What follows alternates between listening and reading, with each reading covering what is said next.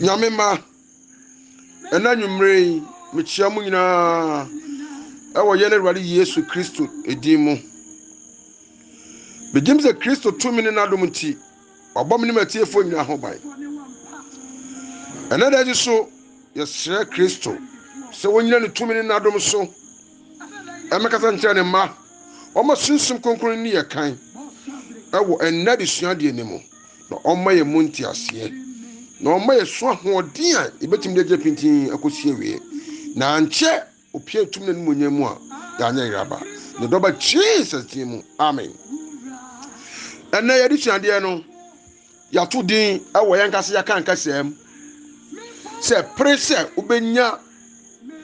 enkwa abotire abrantie ababawa papa maame oba berima prese ubenya enkwa abotire agidifo adofo ne anuanom enkwa asombo sin ade nyina edipanisi wo nkwa na wade se wunya wiase japade nyina na se wuni nkwa mfaso biara ni ajapade na wunya aye ne so titesi aye kasai ye wasikafo pi wo na mu a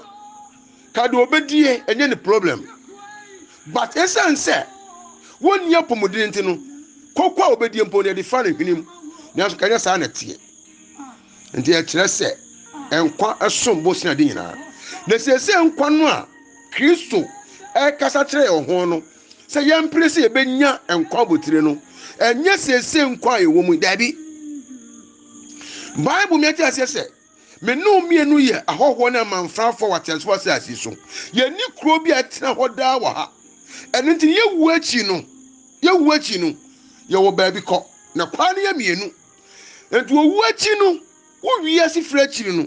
eho na nyame nkoko etu yemfo se prince wu achi no wo benya enkwa abotire no hallelujah amen. Na nuanom ye miem kakra se wo kwa sole dem ankyere se wanya nkwa abotire dodo no ade esi yani so etekita sole dem ene ye eniema ense emfata kai se Bible ekamiati asese wafre bebre kakra bi na wapa awomo many are called but few are chosen tikakra na wapa awomo eno na se make sure se o ka ho bi enya sole dem a wote no ti na nipa bebre ti sole dem a ye bobaba ense emfata eti ma wi fi se Kristo si ebre na du se temo ni frase na ta temo ni frase a ebe frase wo asole fie si se nipa bebre ti asole fie niam ense emfata ne na asole fie o wie nti na Kristo temo ni frase wo asole fie ana wo ti asole dem wo so a na wo ko tie nyame ase no anfa mabra empani se te se de wasaka poma na wa anwam fi se enya mranetefo ne atrenefo na mo mo tie no mo di so ti nyame ase no hwesi tie anoti na James chapter 1 verse 22 no ekoro me ati ase was yenya asam ne yefo mo me nya tiefuo nko wiefufuo na ada ye ho so be ya asam ne tiefuo na wa anya ne yefo a what se nipa wo hwe ne suba hwehwem ofiri kwa na ne wie mfi suku okura na mom de wo yesi tie manya mienu mu asem no ne wodi su pepepe de bobra no waso wono na Kristo be hia no na de nyina mu wono no benya enkwabotire no. Don't forget say when Yankopon so ma first king in Israel ya ye frɛ no King Saul what na so tia asem ne de na so koye no wankoye de Yankopon asem no hia no wo ye bibifu fra no ankasa pɛ ti na mesuma na kwa Samuel se kone kokate so se ositie eyesin afolebo na obi a wati asem no wati ase no wada asem no bobra sani pa kro no Bible so be hira no yenti na Matthew chapter 7 verse 24 ne kon Bible me ati ate se Jesus se wode osoro ahenie no eto enema mienu ho de wati nyame asem no wode bobra no wati se wonyansafo a wosi ni dan obotan so ensu kese toy ehumutui eframa boy ebeba aba no anhwiase efise wosi ni botan so na wo mo atinyame asem no no mo mfa mobra no wo mo ye nipa kwasiafo a wo mo si mo da wanwem anase nsuo mu ti nsuo kɛseɛ tɔ ne mframa bɔ a ɛbɛbɔ ɛdan no na hwe ase na bubu kɔsɔkɔsɔ fi sɛ wosi na atɛkyɛm awurade hu ɛmɔbɔ na ne yɛnte aseɛ ɛnti wɔse sɛ yɛmpere sɛ ɛbɛnya nkɔ abotire no a asɔndɛm a wote ɛyɛ na ɛnso so asɔndɛm no a wotim no sɛ wote nyame ase no mfa mmɔbrɛ a ɛntimi mma wo nkɔ abotire ti bebree ti asɔndɛm ɛne yɛyɛ de yɛn kase yɛpɛ dress yɛn nsɛm fata life a ɛnsɛm fata ɛne yɛyɔ ɛti yɛhwɛ sɛde yesu ka sɛ yɛmpere sɛ yɛbɛnya nkɔ abotire no small Paul abɛka no wɔ 1 Corinthians chapter 9 verse number 24 to 27 atefia sɛ ɔsɛ Paul pray sɛ ɔbɛnya nkwa botire na ansa na Paul bɛka saa no na wɔtie asɛm bi afiri yɛn Awurade Yesu Kristo anum ansa na ma Paul anya saa ahotɔsoɔ no na wɔka saa asɛm no na yɛnhwɛ ne Kristo kan yɛ a ɛti bɛma Paul ka saa asɛm no Matthew chapter 11 verse number 12 yɛntie nyame asɛm eti du baako ne ntwa so a yɛ edume no eti fi asɛm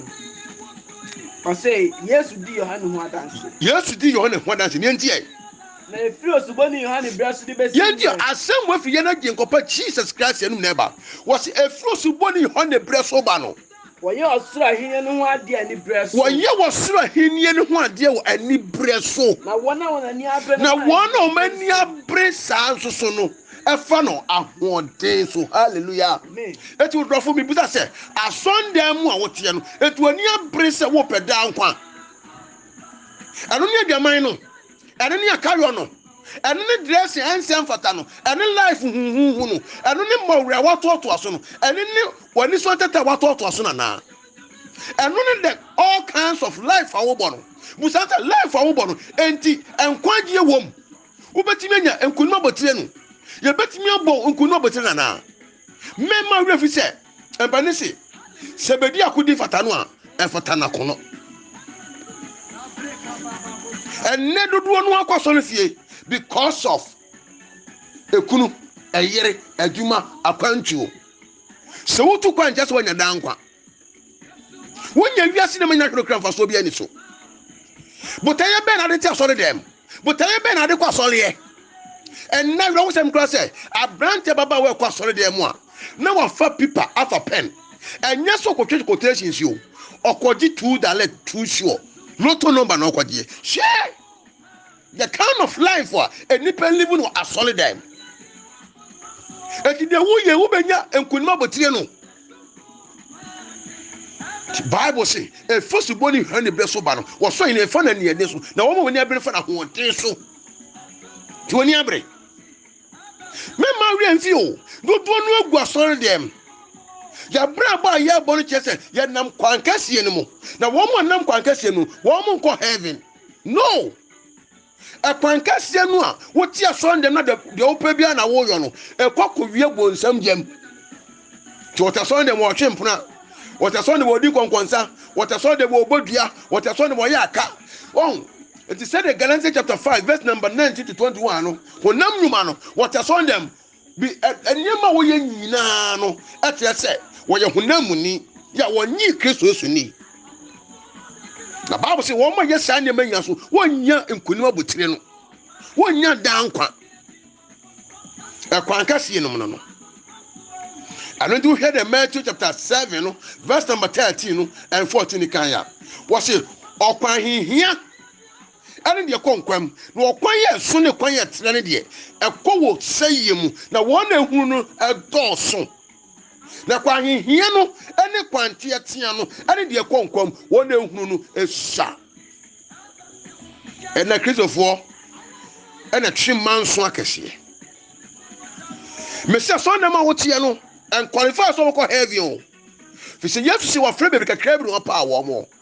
At the Bible come yet here, Matthew chapter 7, verse number 21 to 23. No, was in you will be our same say we are dear Radina and never console him. Now one of you make also not pedian, woman never call was him. At the Busa say, I saw them what you want, I brand Babawa, I didn't pedian a woyo. And that's a woyo come as well, yeah. One gas come as well, no, and open a swadi a woyo. de ko wiare ne bonsam jam de ko wiare bonsam jam. That is why ya awurade Yesu Kristo no free so ba no was when free so ma me ye no pe na mo de ya ne pe no ana ba be yoye ensem no mi no tiatia so sa asi so ne ye de ye pa odofo nya de heaven ye nsa beka eti presse ubenya nkunim abotre no eti ye wadwe se awurade da bia ta so de awurade that's what Bible say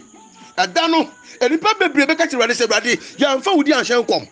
ya mfa wudi anto homone ya mfa wudi anyansa nhyene piana wose mu mfiri mesonko mu amoyonia entene eti awurade Yesu din na wo bo no eno nkire se wonya dankwa fi se according the book of Luke chapter 6 verse number 46 was under kwa na mo fra awurade na so mo nya nia mesie. The Bible say one na bo awurade Yesu din akwa no o mo kwa nya o mo tototo what I say. Brother kwa yehwe the Paul kan no 1 Corinthians chapter 9 no verse number 24 no to 27 no Paul my dey kan Jakoma Corinthians etie yankro interest wa abienu 9 no atifi asem Paul pray say obenya nkwa abotire when head no Paul pray say obenya nkwa abotire the Paul pray say obenya nkwa abotire and na branch baba wa me no me na ti aso dem no yenso so botaya ben na ti aso dem ho no mo ya ne Paul be ya green say nkwa abotire nti ne ti aso dem ana say nkwa abotire nti ne ti aso dem dia ene de nyama konkon be de na didi akire yi ye be sre awurade hwahoden ni anante so sapepepe se de be ye ne benya nkwa abotire fi se ya bra boy ye bona tafasa tisu nyina no si ya nya nkwa abotire no ya bra gu na Bible says so be di agro so ko a ye money nkonim abotire this wo ko se de homra no etie pepepepepepepepe koma me rede ko a interest wa dey 9 no monim say what o just agidi for Christopher ye ne pe heavy akọ no what nti ye nim say wona wo say America kan no wona si agudi akan se ka se America kan ya wona bobo wona boxing wona tumrika ego mu nyina ye agukan sie o da se competition o mo ye na Bible de tutu ho wo de heaven na tutu agukan sie ho to so mo si America kan no wonim say wona wo say America kan no wọ́n yìí tó America no de wọ́n yìí tó America no de wọ́n yìí bọ́ bọ́ọ̀ no de wọ́n yìí bọ́ boxing no de nanso ọbaako no nya nkunu nanso so ọbaakofo na nya nkunu mabotire nti wotimu sɛ yɛtumi ka sɛ ebi Africa the whole Africa yɛkɔbɔ African Cup na yɛyi country bɛsɛ 32 ne de cup baako pɛ na ɛsi so na kɛ sɛ cup baako pɛ no ɛna wɔ bia fight sɛ ne nsa bɛka gold no cup baako pɛ ana 32 countries no obi e bompa say ne nsabeka eno ntine do obeye ne nhye yie na wo be toto ne niema yie no na wo be so ne ho no wo ne bota be sile ne su no wo na obenya ana small body to heaven no hu no na so ba ko nyanku na that's oba ko no nyanku no botire no sa na won tu mika sa na yesu so ye pe heaven no yesu so ye tu heaven hu mika ye bo heaven hu amode se ye nsabeka nkunim bo no na mo nya bi na yesu so ye tu ye nya bi no biara wo si agudi akan no etianti o eto so obi biara wo si agudi akan say ye boxing say ye mikatuo say ye ball no oso ne ho no say ni pakoro no so ne ho aniema nyina mu yenti ne ye eti address no de nani da ho no wo say hey ball ye ko bo no me no nsa me ni makwaduane afi metwe me ho afiri aniema basa ho e ma asem na wagyae wo sole wo dantem se be ye obetimi arrest no nya hoden saa na boxer bi wo to so a no opponent on ne be ko no otimi kwaje ne clip no wahwe